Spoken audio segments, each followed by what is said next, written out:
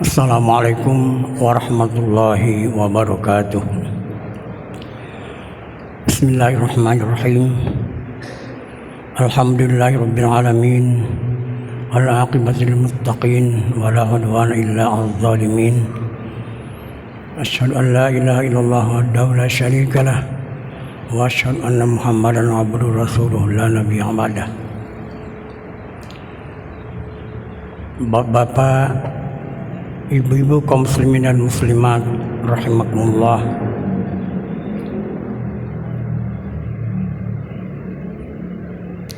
Pertama-tama kita memanjatkan puji syukur kepada Allah Subhanahu wa taala, di mana pada kesempatan ini kita dapat hadir dan berkumpul dalam rangka menunaikan salah satu kewajiban kita, yaitu melaksanakan salat maghrib secara berjamaah. Salawat dan salam semoga selalu tercurah kepada junjungan kita Nabi besar Muhammad SAW yang telah mewariskan kepada kita satu din, yaitu dinul Islam, satu-satunya agama yang diridhai Allah, yang apabila kita berpegang teguh pada ajaran agama ini, insya Allah akan membahagiakan kehidupan kita di dunia maupun di akhirat kelak. Kaum muslimin dan muslimat rahimakumullah. Pada kesempatan pertemuan kita pada saat ini, saya akan mencoba membuat satu khulasah atau rangkuman dari beberapa pertemuan yang sudah kita laksanakan beberapa waktu yang lalu. Saya maksudkan dengan rangkuman ini mudah-mudahan kita dapat mengingat kembali beberapa hal dari pengajian kita yang sudah kita laksanakan beberapa waktu yang lalu. Saya sering mengatakan sama teman-teman bahwa pengajian yang kita laksanakan sesudah sholat maghrib menjelang sholat isya itu bukan ceramah biasa, tapi merupakan pengajian dalam rangka memantapkan amal ibadah kita sehari-hari. Jadi saya katakan bahwa pengajian kita yang kita laksanakan ini bukan dakwah, bukan ceramah. Kalau dakwah bapak-bapak kadang-kadang masuk telinga kiri, keluar telinga kanan. Itu kalau ceramah atau dakwah. Oleh karena itu saya sering mengatakan dengan teman-teman bahwa kalau kita mengadakan pengajian dalam masjid, itu kita harus memakai bahasa hukum, bukan bahasa dakwah. Kenapa? Orang-orang yang datang ke masjid atau musola atau ke langgar ini ialah orang-orang yang sudah beriman, ya. Tidak sama kalau kita ceramah di lapangan terbuka misalnya. Itu kan orangnya bermacam-macam, latar belakang kehidupannya, keimanannya, pendidikannya dan sebagainya. Tapi kalau orang di masjid ini jelas orang yang masuk ke dalam masjid itu adalah orang-orang yang beriman. Sebab kenapa? Orang masjid ini tidak ada tidak seperti masuk bioskop, ada gambarnya dan sebagainya bisa menarik perhatian. Kalau dalam masjid ini kalau bukan orang-orang beriman tidak akan masuk itu. Oleh karena itu keimanannya harus mantapkan dengan bahasa hukum. Bahasa hukum itu bapak memang agak keras, tapi begitulah cara kita memantapkan keimanan orang-orang yang berada di dalam masjid. Beda dengan orang-orang luar. Pada kesempatan ini saya mencoba mengingatkan kembali beberapa uraian-uraian saya beberapa waktu yang lalu tentang masalah ibadah sholat.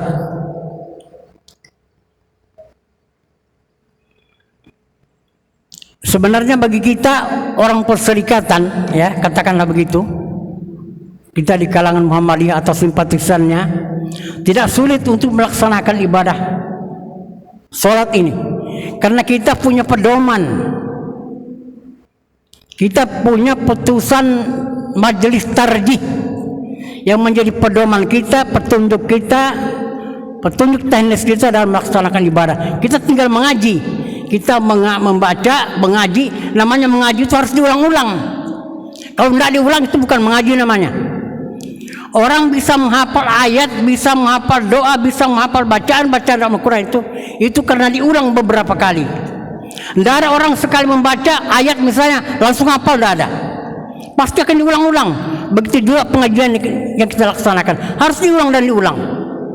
Saya pernah mengatakan bahwa kalau mau berhasil pengajian ini harus diulang dan diulang terus. Ada ungkapan yang mengatakan, yang sering saya sampaikan, bahwa pasar jalan karena ditempuh, lancar kaji karena diulang. Jadi kalau tidak diulang itu bukan pengajian namanya. Ya.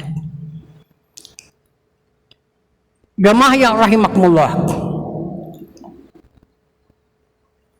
saya akan mencoba mengulang tentang masalah sholat supaya segar kembali ingatan kita. Sebab bagaimanapun sholat ini merupakan salah satu ibadah yang paling utama dan pertama dalam agama kita. Tidak bisa dimain-mainkan ini. Puncak ibadah itu ialah sholat. Kenapa perlu dimantapkan sholat ini? Karena Rasulullah sudah memperingatkan 1400 tahun yang lampau. Sayati zaman nasi yusalluna qaumun wa lam yusallu. Akan datang suatu masa dalam kehidupan umat itu, kata Rasulullah, seorang sekumpulan kaum mengatakan kami sudah sholat, walam yusallu, padahal sesungguhnya mereka itu belum sholat. Jadi perlu kita mantapkan sholat ini supaya betul-betul mendekati hadis Rasul mengatakan sallu kama ra'aitumuni usolli. Laksanakanlah sholat ini, tegakkanlah sholat ini sebagaimana saya menegakkan sholat.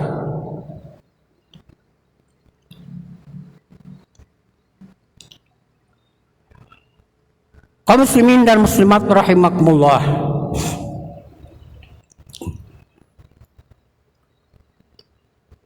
beberapa waktu yang lalu saya sudah menyampaikan bahwa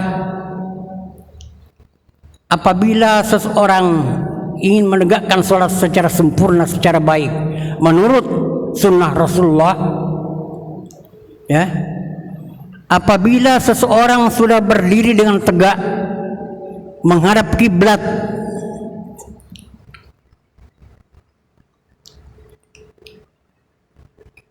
maka mantapkan niat dalam hati, ya. Niat itu tempatnya di hati.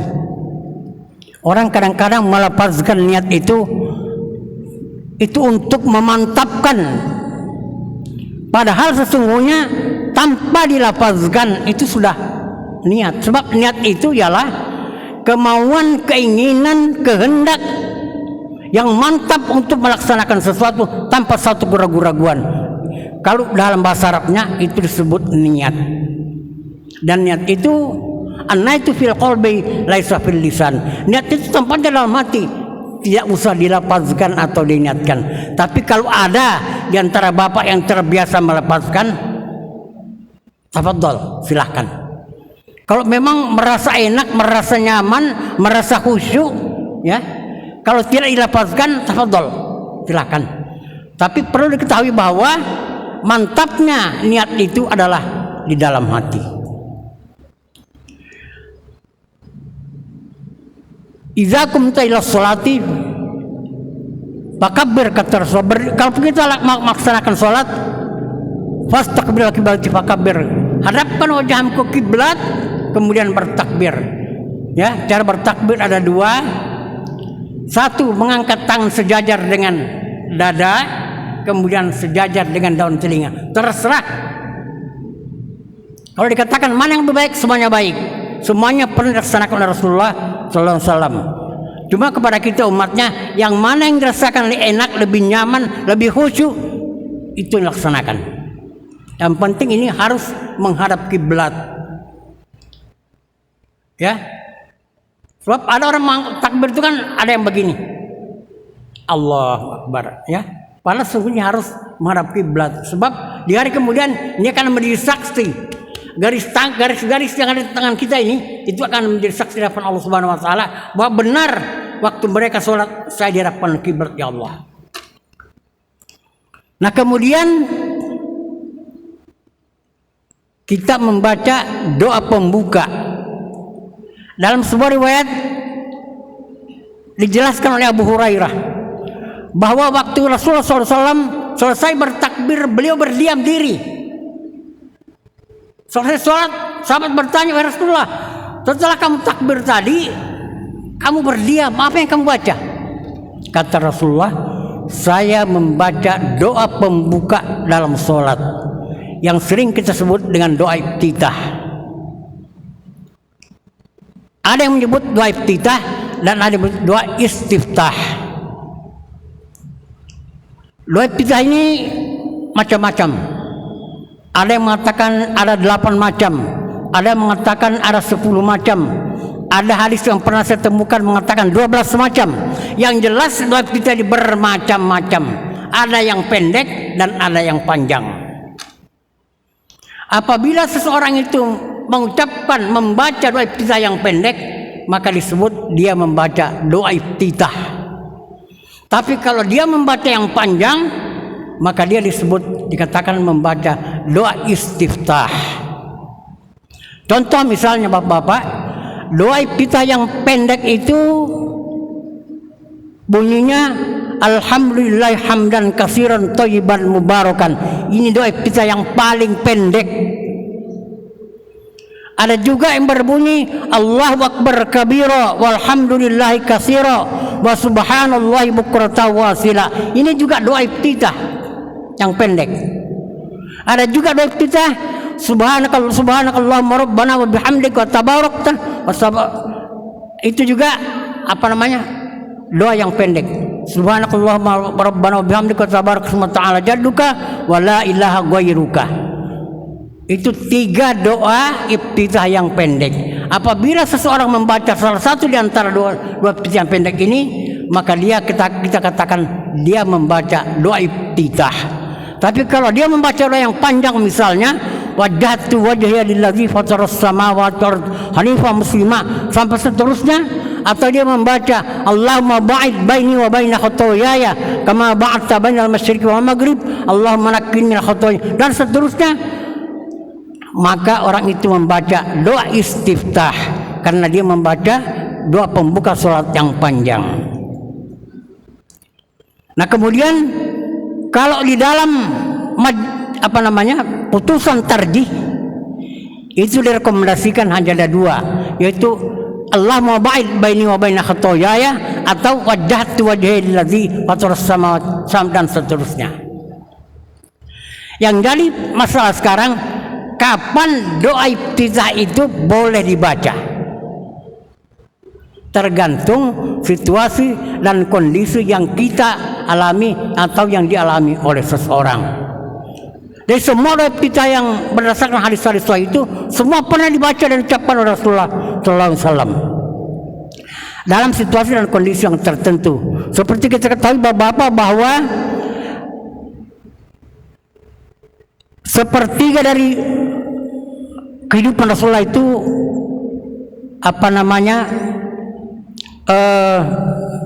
dirasakan beliau dalam keadaan yang tidak aman, selalu dalam keadaan perang, situasi perang. Lebih 20 kali beliau mengikuti perang secara langsung. Nah, di dalam situasi seperti ini beliau bisa memilih doa iftitah. Misalnya doa iftitah yang pendek misalnya. Ya, mungkin dibaca Subhanakallahumma rabbana wa bihamdika tabarakta wa ta'ala rabbuka bisa atau Allah akbar kabira hamdan katsiran dan seterusnya. Pengalaman saya Bapak, dalam beberapa kali saya membawa jamaah umrah, biasanya kami dari Balikpapan itu ikut penerbangan pertama jam 6 pagi. Otomatis jam 5 kurang atau lebih sedikit waktu subuh sudah masuk. Saya pernah didaulat beberapa kali untuk menjadi imam di musola di Bandara Balikpapan, karena memang situasi tidak memungkinkan kita untuk membaca doa iftitah yang panjang. Saya baca saja doa yang pendek, subhanakallahumma rabbana wa bihamdika tabarak ta'ala, itu saya baca, atau Allah berkabira walhamdulillah katsira wa subhanallahi barakatuh. Itu kita baca itu sesuai dengan situasi dan kondisi. Sama halnya misalnya seorang dokter yang akan melakukan tindakan operasi, ya, kalau dia memahami makna dan hakikat daripada doa iftitah, dia tidak perlu membaca iftitah yang panjang-panjang, karena pasti sudah menunggu mau dioperasi. Dia baca doa iftitah yang pendek, karena situasi dan kondisi memungkinkan seperti itu. Nah, kemudian setelah kita membaca doa iftitah, ya, kita mengucapkan ta'awudz. Faiza qara'tal Qur'an fasta'idz billah. Begitu bunyi dalam Al-Qur'an. Apabila engkau akan membaca Al-Qur'an, maka ucapkanlah ta'awudz. A'udzubillahi minasyaitonir rajim. Dan ternyata mengucapkan ta'awudz dalam salat itu disunatkan setiap rakaat dalam salat. Ya, sekali lagi, itu setiap rakaat dalam salat kita disunatkan membaca ta'awudz. A'udzubillahi minasyaitonir rajim. Kemudian kita baru membaca basmalah, bismillahirrahmanirrahim. Tentunya ta'awudz ini diucapkan secara silent, secara suara berbisik, sekedar bisa didengar oleh telinga yang bersangkutan. Kemudian kita membaca basmalah. Nah, cara membaca basmalah dalam sholat ini Bapak-bapak ada 4 macam, ya, ada 4 macam. Pertama, ada yang tidak membaca sama sekali, ada yang tidak membaca sama sekali. Kenapa? Pada awalnya basmalah itu merupakan ayat yang turun hampir terakhir. Sebab begini, setelah Rasulullah menjelaskan bahwa Al-Quran itu terdiri daripada 6.666 ayat, terdiri pada 30 juz, terbagi dalam 114 surah. Ternyata antara satu surah dengan surah yang lain itu tidak bisa dibedakan, karena tidak ada sekat-sekatnya. Tidak ada membedakan mana surah An-Nas, mana surah Al-Falaq. Tidak ada sekat yang membedakan antara satu surah dengan lain. Sahabat bertanya, Rasulullah, agak sulit kita membedakan antara satu surah dengan surah yang lain. Maka turunlah basmalah atau bismillahirrahmanirrahim itu untuk membedakan antara satu surah dengan surah yang lain. Oleh karena itu, ada di kalangan sahabat yang tidak membaca basmalah sama sekali waktu melaksanakan waktu sholat. Itu yang pertama. Kemudian cara yang kedua, membaca basmalah pada awal rakaat pertama saja. Kemudian pada rakaat-rakaat sesudahnya tidak lagi diucapkan basmalah. Yang kedua. Yang ketiga, ada juga membaca basmalah itu sesuai dengan keadaan pada waktu sholat. Artinya, kalau sholat pada sholat yang mengharuskan sir, ya, tidak jahar, itu basmalah dan ta'awudz dibaca dalam keadaan sir. Nah, kemudian demikian juga basmalahnya. Artinya kalau basmalah dilaksanakan dalam sholat zahar, maka basmalah itu diucapkan secara zahar. Tapi kalau tidak, kalau kita sholat dalam keadaan sir, maka juga basmalahnya dilaksanakan secara sir. Kemudian yang keempat, ada juga yang melaksanakan sholat setiap rakaat membaca ta'awudz dan basmalah. Jadi bapak-bapak jangan heran kalau ada imam kita ini baca masalah, ada yang baca. Jangan heran, memang begitu. Tata cara baca masalah dan sholat ada 4 macam. Ya. Nah, kemudian setelah kita membaca basmalah, membaca ta'awudz, ya, pada setiap rakaat berbasmalah, ya, membaca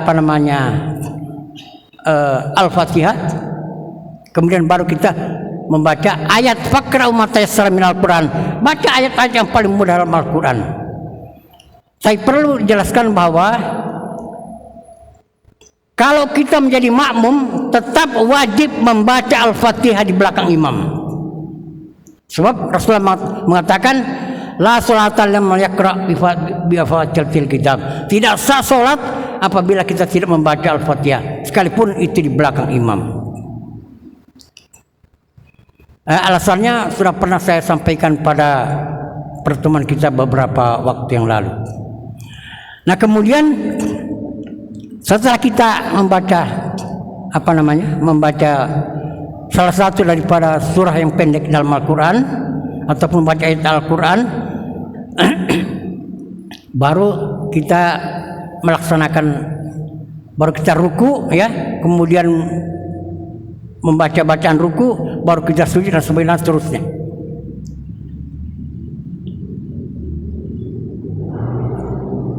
Jamaah rahimakumullah, pada waktu kita membaca tahiyat awal misalnya, ya, dalam setiap membaca tahiyat awal itu Rasulullah selalu mengerahkan pandangannya kepada jari telunjuknya. Sebab dalam putusan tadi dikatakan apabila kita sudah tahiyat awal atau tahiyat akhir membaca at-tahiyyatu lillahi wassalawatu, bersamaan dengan membaca saat itu tangan kita menunjuk ini kalau dalam tata caranya, ya. Sebab kadang-kadang saya agak kaget. Kadang-kadang ada di sebelah kanan, sebelah kiri saya yang menunjuk itu seperti mengarah ke atas, ya. Padahal dalam tata caranya yang baik itu jangan sampai menjulurkan telunjuk lebih tinggi daripada pangkalnya ini. Jadi sederhana aja. Malah ada sebuah hadis mengatakan bahwa itu agak dibungkukkan sedikit. Jadi tidak juga begini. Kadang-kadang ada di sebelah kiri kita at-tahiyyatu, ya, seperti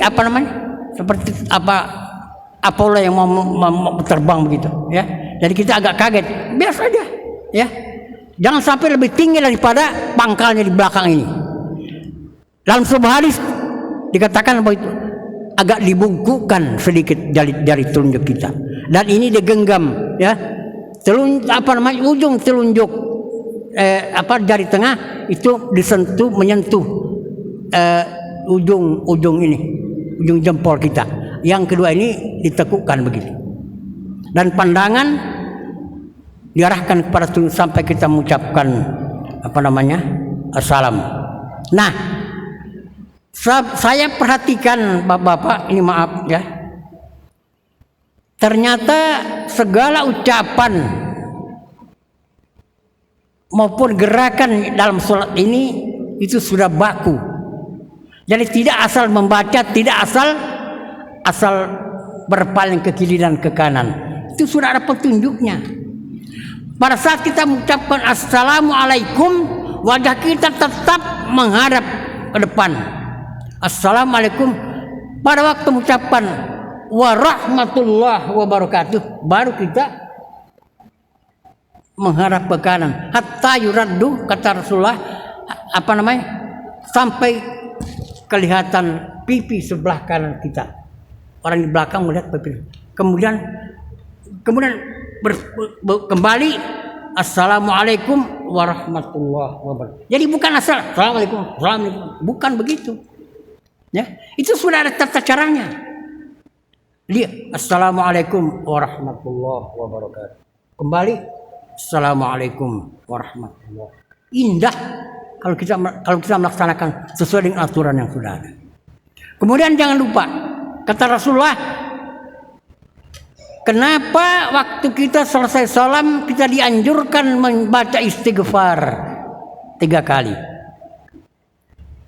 Begitu kita selesai salam, assalamualaikum warahmatullahi wabarakatuh, assalamualaikum warahmatullahi wabarakatuh, astagfirullah, astagfirullah, astagfirullah.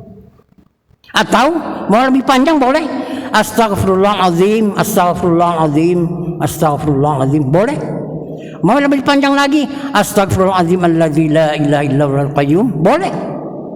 Tapi minimal sekurang-kurangnya mengucapkan istighfar, astaghfirullahaladzim, astaghfirullahaladzim, astaghfirullahaladzim. Kenapa kita dianjurkan membaca istighfar? Kalau di dalam pelaksanaan sholat kita sejak takbiratul ihram sampai salam ada sesuatu yang tidak atau terlupa kita laksanakan, terutama dalam masalah-masalah yang disunatkan dalam sholat.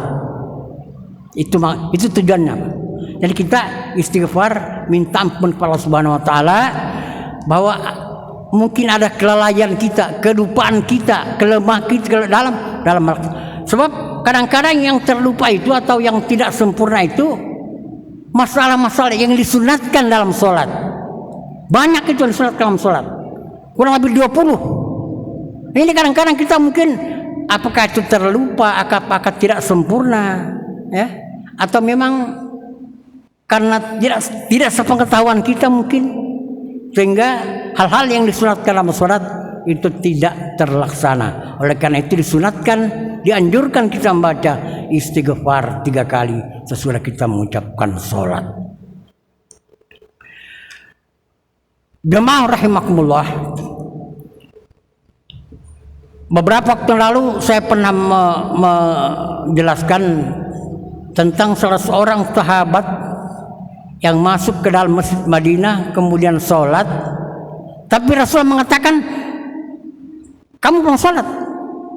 Dalam sebuah hadis Rasulullah mengatakan, an Abi Hurairah radhiyallahu anhu qala Rasulullah sallallahu alaihi wasallam, rajulun fil madinati, ya, seorang laki-laki masuk ke dalam Masjid Madinah, wa Rasulullah sallallahu alaihi wasallam jalisun ala ni'ami masjid. Rasulullah pada waktu itu sedang duduk di dalam salah satu sudut masjid. Fa shalla sumaja fa sallam alaihi. Kemudian orang yang baru masuk itu salat. Faja wa sallam alaihi, kemudian datang menghampiri Rasulullah dan mengucapkan salam. Assalamu alayka ya Rasulullah. Rasulullah menjawab, waalaikumsalam.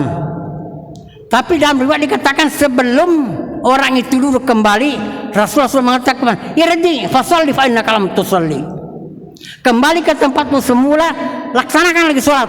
Fa innaka lam tusalli, karena sesungguhnya kamu itu belum sholat. Di dalam riwayat dikatakan 3 kali berturut-turut laki-laki itu diperintahkan oleh Rasulullah. Pada kali yang ketiga, dengan wajah yang putus asa, laki-laki itu berkata, wahai Rasulullah, saya tidak sanggup melaksanakan sholat sebaik yang saya laksanakan sekarang ini. Alimni ya Rasulullah, ajari saya Rasulullah bagaimana sholat yang baik.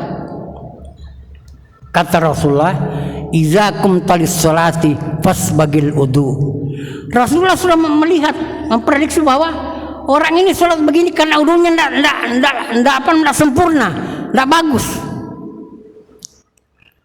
Pernah salah seorang Rasulullah melihat salah seorang sahabat berwudu tidak sempurna.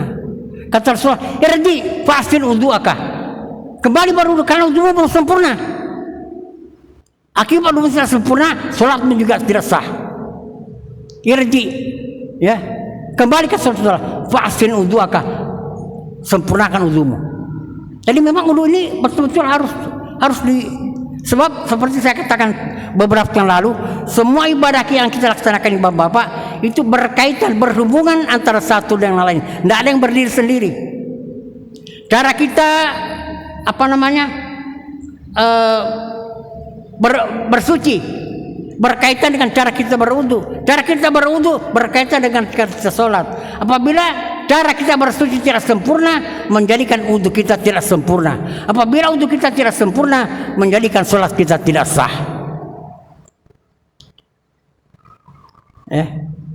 Nah, kata Rasulullah, irji fa innaka lam fasalli fa innaka lam tusalli. Akhirnya orang itu berkata, alimni ya Rasulullah, coba ajari saya Rasulullah bagaimana sholat yang baik. Iza kumta lis-shalah fasbagil wudu.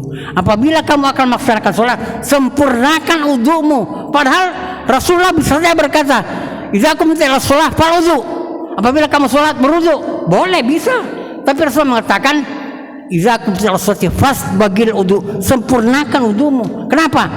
Rasulullah SAW sudah memprediksi sayati zaman onasi yusalluna kalau malam yusallu, akan datang suatu masa dalam kehidupan umat, kata Rasulullah, orang mengatakan sudah sholat, pada sesungguhnya dia belum sholat, karena termasuk wudunya belum lengkap, belum sempurna, belum baik. Seperti pernah saya sampaikan beberapa waktu yang lalu, saya pernah menegur salah seorang teman saya yang saya perhatikan pada waktu safar Ramadan, ya, di zamannya Pak Ridwan Suidi almarhum. Itu saya luruskan, ya, karena saya pikir kalau caranya berwudu dari dulu sampai sekarang, kasihan dia, ya. Kalau secara hukum itu dikatakan wudunya tidak sah, mengakibatkan sholatnya juga tidak sah. Kenapa? Saya perhatikan dia mengambil air wudu, ini keran dibuka, kemudian tangannya, sikunya diletakkan di atas, air mengalir ke bawah. Demikian juga yang sebelah kiri. Ini kan menyalahi perintah. Segala sesuatu yang menyalahi perintah, menyalahi sunnah, itu tidak sah. Dalam Al-Quran dikatakan, "Faghsilu wujuhakum wa aydiyakum ilal marafiq." Kalau kita berwudu itu, basuh wajahmu dan kedua tanganmu, ya, sampai ke siku. Faghsilu wujuhakum wa aydiyakum ilal marafiq, bukan minal marafiq ila aydiyakum, bukan dari siku ke tangan, tapi dari siku ke tangan. Itu cara berwudu sesuai dengan perintah dalam Al-Quran. Ada yang dia mengatakan, ya, yang penting kan berwudu, Pak. Nah, ini coba. Jadi saya katakan, sama aja kita misalnya masuk ke dalam rumah seseorang, kita lewat pintu belakang, memang kita tetap masuk dalam rumah, tapi itu sudah menyalahi aturan. Masuk ke dalam rumah, tapi kita lewat pintu belakang, bukan lewat pintu depan. Memang kita masuk juga ke rumah, tapi caranya salah, tidak melalui jalan yang betul. Sama dengan berwudu, memang berwudu juga, tapi tidak sesuai dengan perintah Allah, perintah Al-Quran. Oleh karena itu, saya teringat dengan suatu peristiwa yang terjadi puluhan tahun setelah Rasulullah berpulang ke rahmatullah. Salah seorang sahabat Rasul yang bernama Anas bin Malik hampir setiap hari ditemukan selalu menangis di dalam mimbar Rasulullah di Masjid Madinah. Sewaktu ditanya, kenapa Anda selalu menangis? Bagaimana, kata Anas bin Malik, saya memperhatikan tata cara sholat beribadah, terutama sholat itu sudah jauh menyimpang daripada ajaran Islam, tidak sesuai lagi dengan sunnah Rasulullah. Itu baru puluhan tahun setelah Rasulullah berpulang ke rahmatullah. Kita sekarang ini sudah 1400 tahun lebih ditinggalkan oleh Rasulullah. Bayangkan, ya? Ada seorang ulama tabi'in yang bernama Hasan Basri mengatakan, seandainya Rasulullah dan para sahabat-sahabatnya bisa bangkit kembali melihat tata cara orang melaksanakan ibadah, saya yakin, kata beliau, Rasulullah dan sahabat akan menangis. Kenapa? Ternyata tata cara beribadah sudah jauh menyimpang dari sunnah beliau, sehingga tidak lagi yang bisa dibanggakan, ya, dalam ibadah ini. Tidak lagi yang dibanggakan dalam Islam ini kecuali masjid dengan menara yang tinggi. Semua tata cara ibadah sudah berubah dari sunnah Rasulullah. Oleh karena itu, bapak-bapak, saya sering mengatakan bahwa tugas dan kewajiban kita sekarang ini adalah menghidupkan kembali sunnah Rasulullah. Kata Rasulullah dalam beribadah, alaikum bisunnati, kata Rasulullah, beribadah kamu sesuai dengan sunnahku. Pamalan yang bisunnati falaysa minni, kalau beribadah tidak sesuai dengan sunnahku, tidak termasuk golonganku. Man tamassaka bisunnati dakhala jannah, barang siapa yang berpegang teguh pada sunnahku, selalu melaksanakan sunnahku, jaminannya insyaallah masuk surga. Oleh karena itu, kita mencobalah, ya, terutama dengan saya, bapak-bapak, terus terang aja, saya dengan keluarga saya, dengan anak cucu dan mantu saya agak keras dalam masalah-masalah sholat ini, ya. Itu barangkali merupakan warisan daripada orang tua saya, yang memang beliau itu sangat streng dalam masalah pelaksanaan ibadah. Coba bayangkan ya, itu kekerasan orang tua saya. Kalau kita lambat sholat subuh ya, keluarga saya lambat sholat subuh, itu beliau ke dapur ambil ceret, kita disiram seperti di kuburan itu. Bangun, bangun, mau jadi apa kamu? Sholat kok sudah terbit matahari. Itu bukan sholat subuh namanya, sholat pagi ya. Nah setelah saya berkeluarga ya, saya baru tahu manfaat, betul-betul tahu manfaat. Sehingga ya, karena saya dididik keras seperti itu, akhirnya saya dengan anak cucu saya harus melaksanakan hal seperti itu. Dan memang manfaatnya terasa, Bapak, terasa betul ya. Sebab kata orang tua saya, kalau sholat ini dikatakan kewajiban, itu memang berat ya. Kita belajar sholat lima waktu wajib dilaksanakan, itu memang wajib. Sehingga kata beliau, banyak orang-orang yang sholat itu hanya sekedar menggugurkan kewajiban sholat ya. Mereka sholat seadanya, Allahu Akbar, Allah Akbar, sudah selesai, Assalamualaikum, sudah selesai. Sekedar menggugurkan kewajiban sholat ya. Orang tua saya mengatakan, maaf ini, sholat yang gampang, yang mudah itu jadikan sholat itu merupakan kebutuhan sehari-hari, kebutuhan kita sehari-hari, kebutuhan jasmani kita perlu makan, perlu minum. Jadikan sholat itu kebutuhan rohani. Artinya kalau kita tidak sholat, roh kita merasa kurang, merasa tidak lengkap, merasa terutang.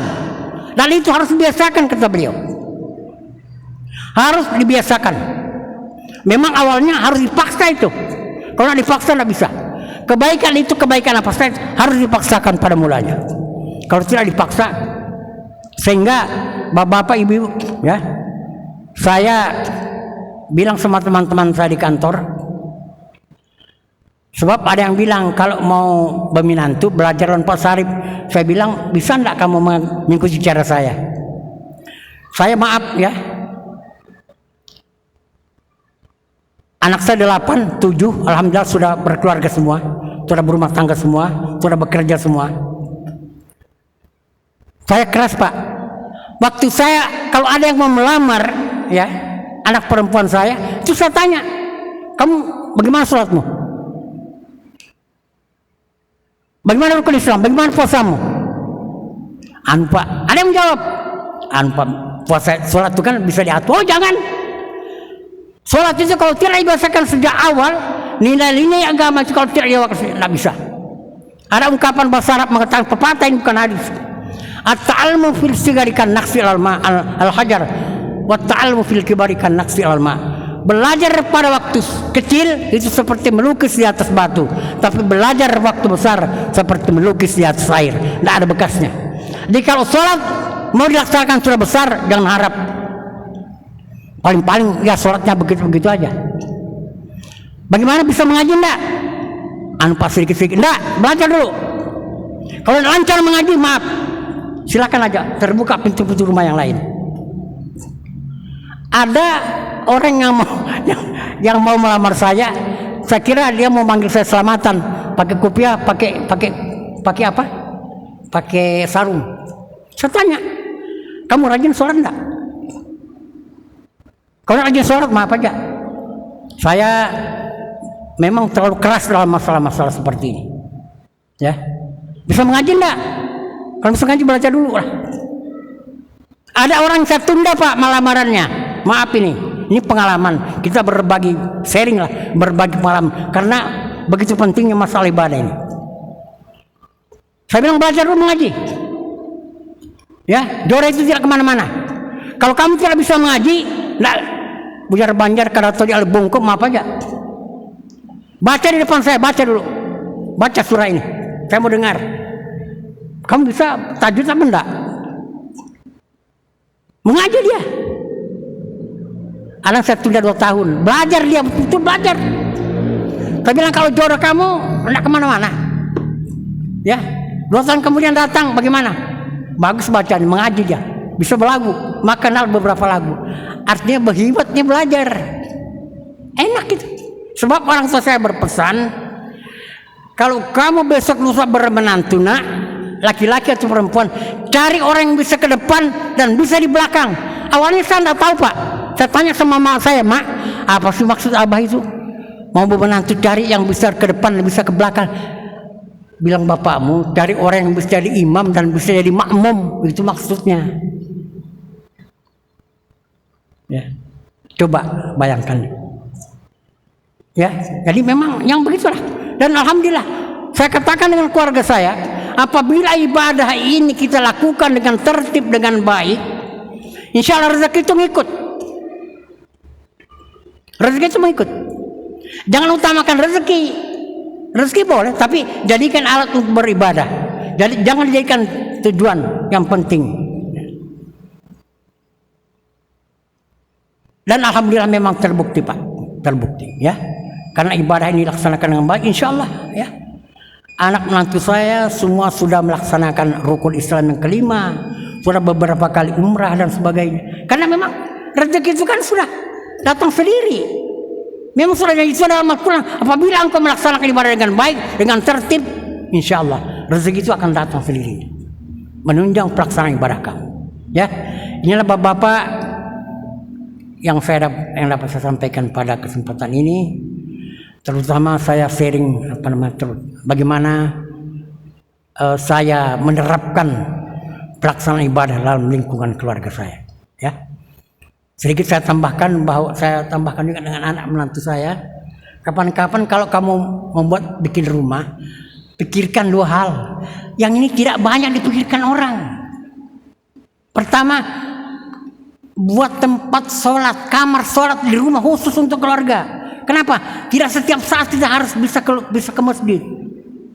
Ada waktu yang kita tidak bisa ke masjid. Ada waktu yang keluarga datang cari di mana Pak sholatnya. Ini kadang-kadang saya sedih melihat keluarga saya. Ya, kalau mau sholat meja diangkat, kursi disingkirkan, kemudian baru sholat, baru nanti kembalikan lagi. Ini kan tempatnya belum tentu bersih. Setiap saat kucing kemerah kucing ada di situ. Tapi kalau kita punya kamar khusus untuk sholat, insya Allah. Itu yang pertama. Dan yang kedua, buatkan tempat orang memandikan mayat. Itu sudah saya pikirkan Pak. Saya belum punya anak, itu sudah saya pikirkan. Karena apa? Orang tua saya berpesan begitu. Saya sedih melihat, ya, saya sering memandikan mayat. Tapi ini maaf. Papan dibongkar, dibuka, ya kan? Kenapa? Tidak ada tempat. Ya, rumah begitu indah, begitu besar, hebat, rumah beton, memandikan mayat setengah mati, dimandikan. Pas saya bilang kalau di sini airnya kemana? Ke sini, pindah ke sini, bisa, pindah ke sini. Coba dibuatkan satu tempat khusus, tempat mandi itu enak, ya kan? Saya siapkan itu, sebab rumah kita ini tempat orang hidup dan tempat orang mati. Itu masalah. Ya, inilah bapak-bapak yang saya sampaikan. Kurang lebihnya maaf. Wabillahi taufiq wal hidayah. Wassalamualaikum warahmatullahi wabarakatuh.